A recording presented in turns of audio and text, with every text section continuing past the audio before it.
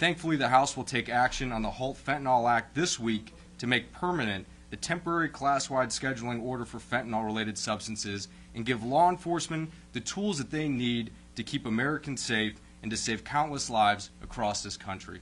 I thank you, and it is my honor to introduce Representative Morgan Griffin out of Virginia. Thank you, Max. I appreciate that.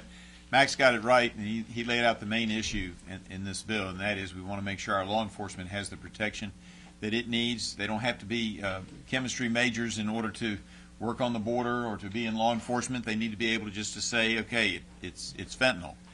And what we found was, before we had the temporary order in place, was that the bad guys, the Chinese importing the active pharmaceutical ingredients and the Mexican cartels, were trying to figure out ways to come up with something that had just as much punch as fentanyl, but was just a little bit different in its chemistry makeup.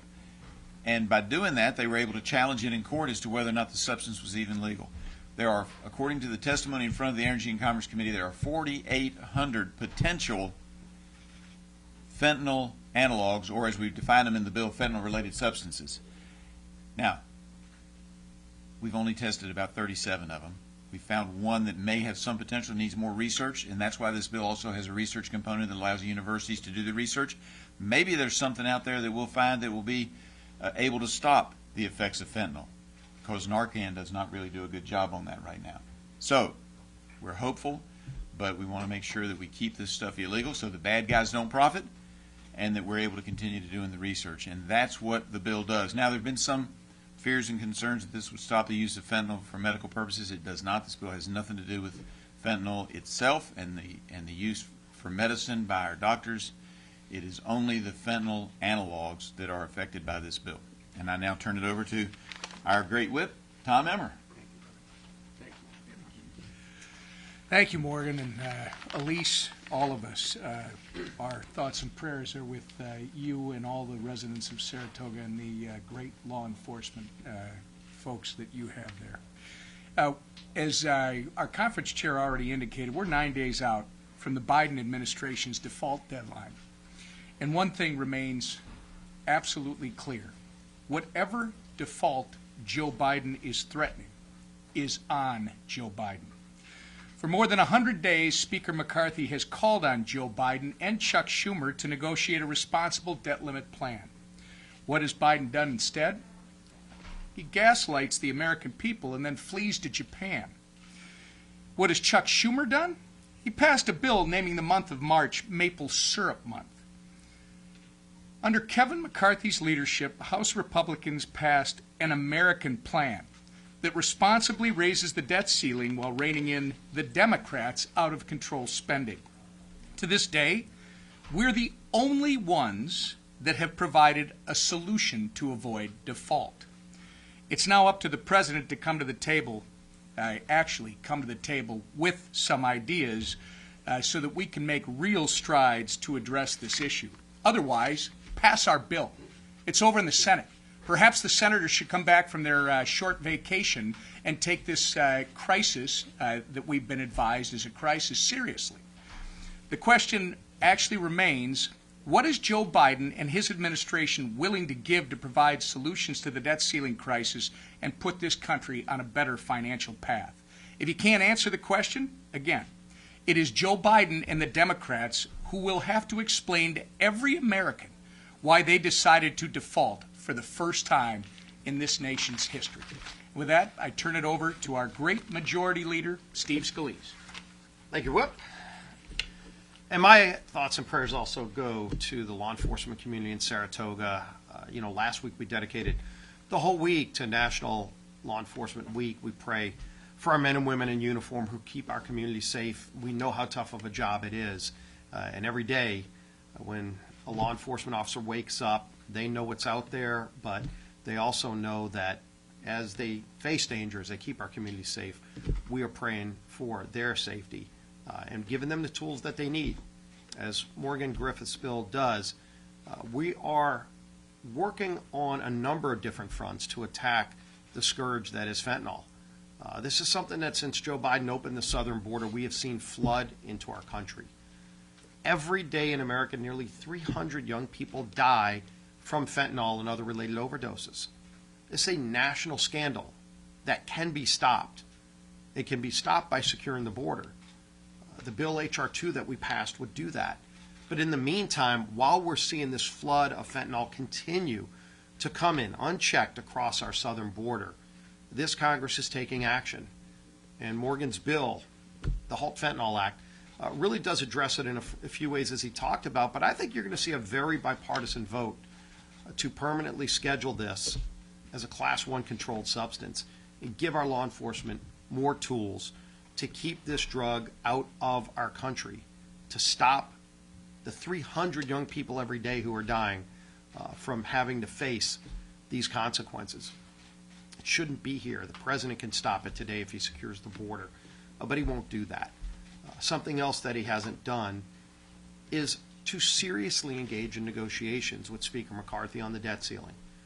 We've seen it for months and months, going back to February when Speaker McCarthy got his first meeting with the president, laid out a list of things that we would do to address the debt ceiling, but also address the nation's spending problem. And let's keep in mind, when the country hits the debt ceiling, it's in essence because the credit card of the nation got maxed out. It got maxed out because Washington is spending more money than it takes in.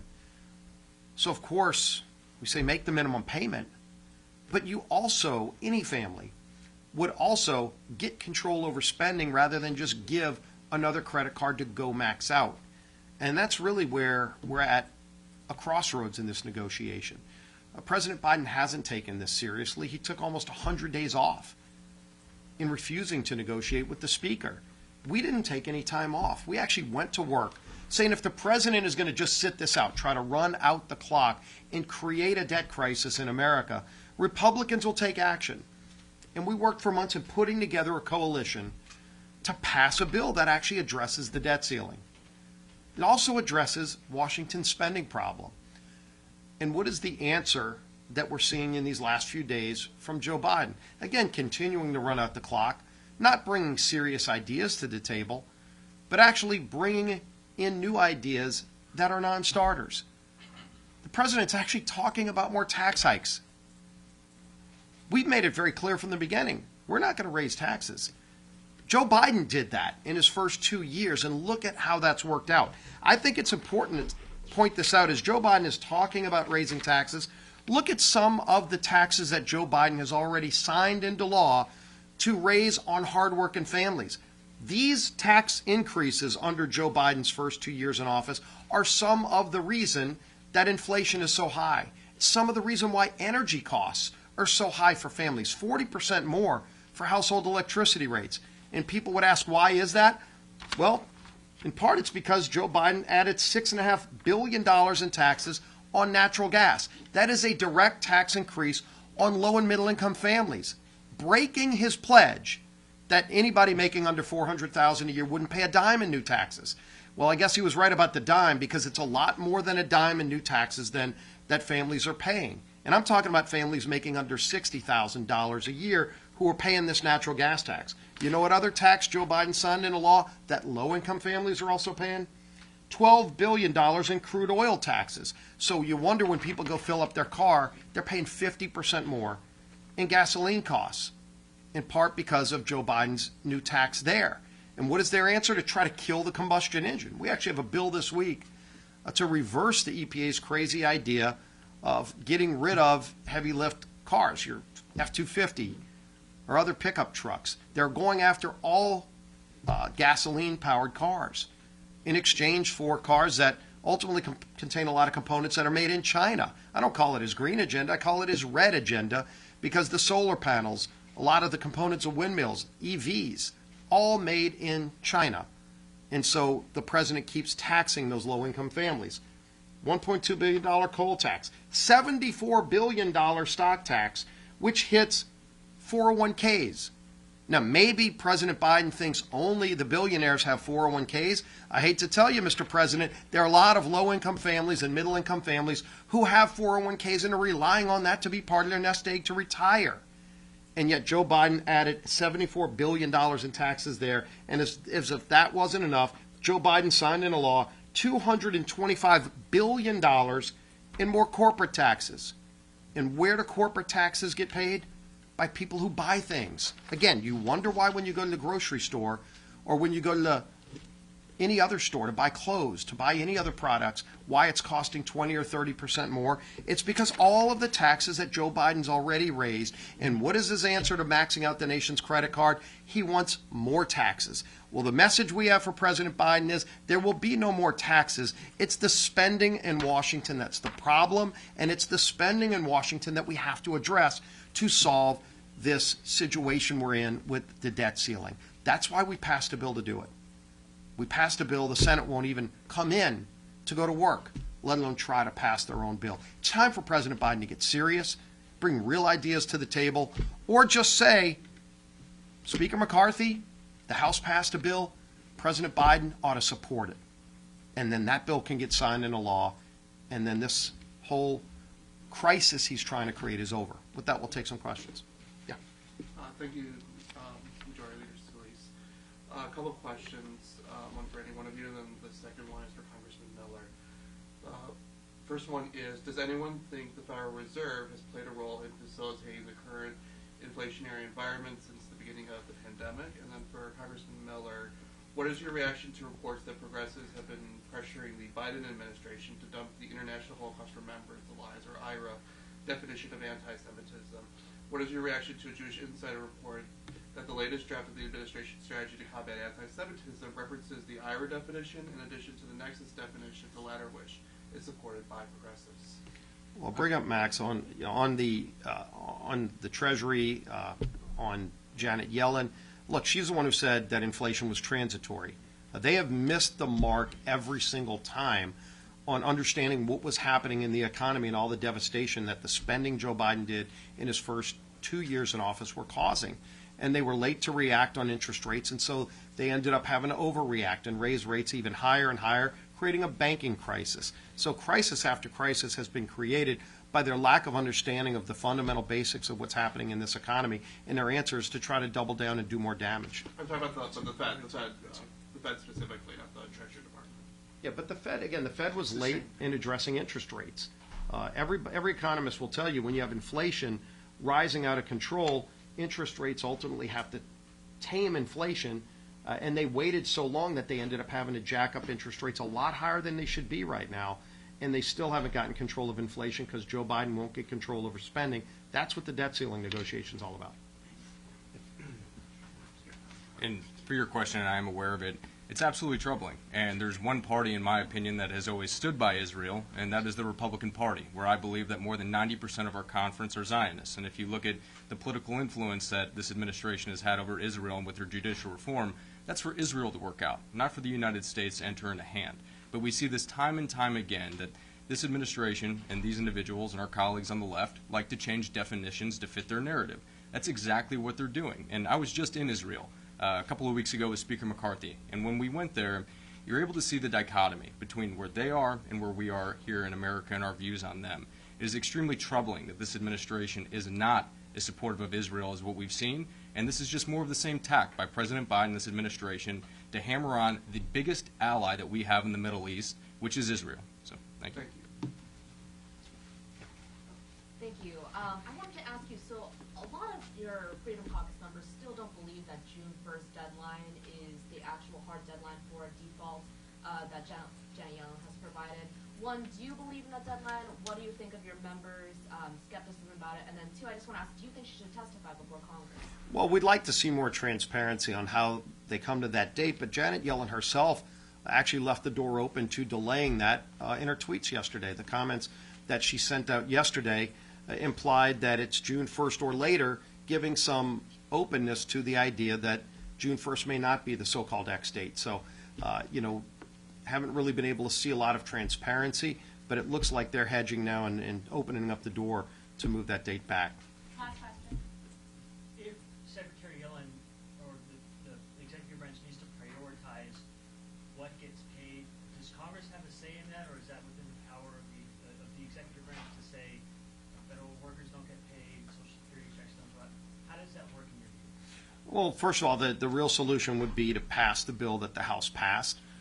I don't know what methods they have. It seems like she's indicated they've looked at some different options like to hear what she has to say about that. All I know is we passed a bill to resolve this. No one in the Senate has moved to try to pass legislation. Again, if they've got a different approach, Chuck Schumer's really good at trying to criticize other people's ideas. I've yet to see Chuck Schumer's idea that can pass his chamber. We came up with ideas. We actually not only talked about them, we put them on paper, and then we put the votes on the board to pass them. And no other chamber's done that. The president, while criticizing the only plan that's passed, hasn't put anything on the table serious himself that could even pass the United States Senate. We'll do one more, yeah. Do you think that the debt limit is still a constructive mechanism for shaping American fiscal policy? Well, at some point, you've got to have a limit on how much the federal government can borrow. We want to get back to balanced federal budgets. And again, we've been there just at the beginning of this century. You know, it was 2001, we were balancing budgets. We need to get back to that point, and the only way you do it, I mean, the real problem is today the federal government's still taking in money, in many ways record amounts. Problem is it's spending too much, spending more than it takes in. For every $100 that the government takes in, it's spending $129. No business could be run that way. No family runs themselves that way. What we're trying to do is say, let's address the debt ceiling, but let's also address the extra $29 out of the 100 that's coming in that we're spending that we don't have, and get it back to a balanced budget. We're working out a plan for over time to do it. The president doesn't even want to engage in that conversation. That has to. Debt limit the best way to do that, or does Well, there's got to be some mechanism to tell Washington that you can't keep printing money that you don't have, because ultimately it's future generations that pay this. It's just like President Biden's idea to just wave the magic wand and say nobody has to pay their student loans back. Every taxpayer in America is going to pay $3,500 per taxpayer for the 13% of Americans who would not have to pay their student loans back. Is that fair that somebody working two jobs is going to have to pay $3,500 so that somebody else doesn't have to pay a loan that they signed for? At some point in time, somebody's got to pay these bills. And Washington can't keep spending money it doesn't have. And so we're at the table saying we've got to get control over spending. We rebaselined the pre-COVID spending numbers, which is very reasonable. That was in our plan that we passed. We also included growth provisions to grow the economy, to get more people work requirements. Think about this. Again, Joe Biden voted for work requirements when he was a senator. That would say instead of spending $140 billion to pay able-bodied adults with no dependents to sit at home, how about you get them back into the workforce? Then they'd be paying into Social Security. That would actually strengthen Social Security. Joe Biden has undermined programs like Social Security by borrowing money from China to pay people to sit at home who are fully able-bodied. Those are basic reforms, again, that any family would do if they were managing their budget. It's time that Washington starts confronting the realities of out-of-control spending. Thank you. Thank you.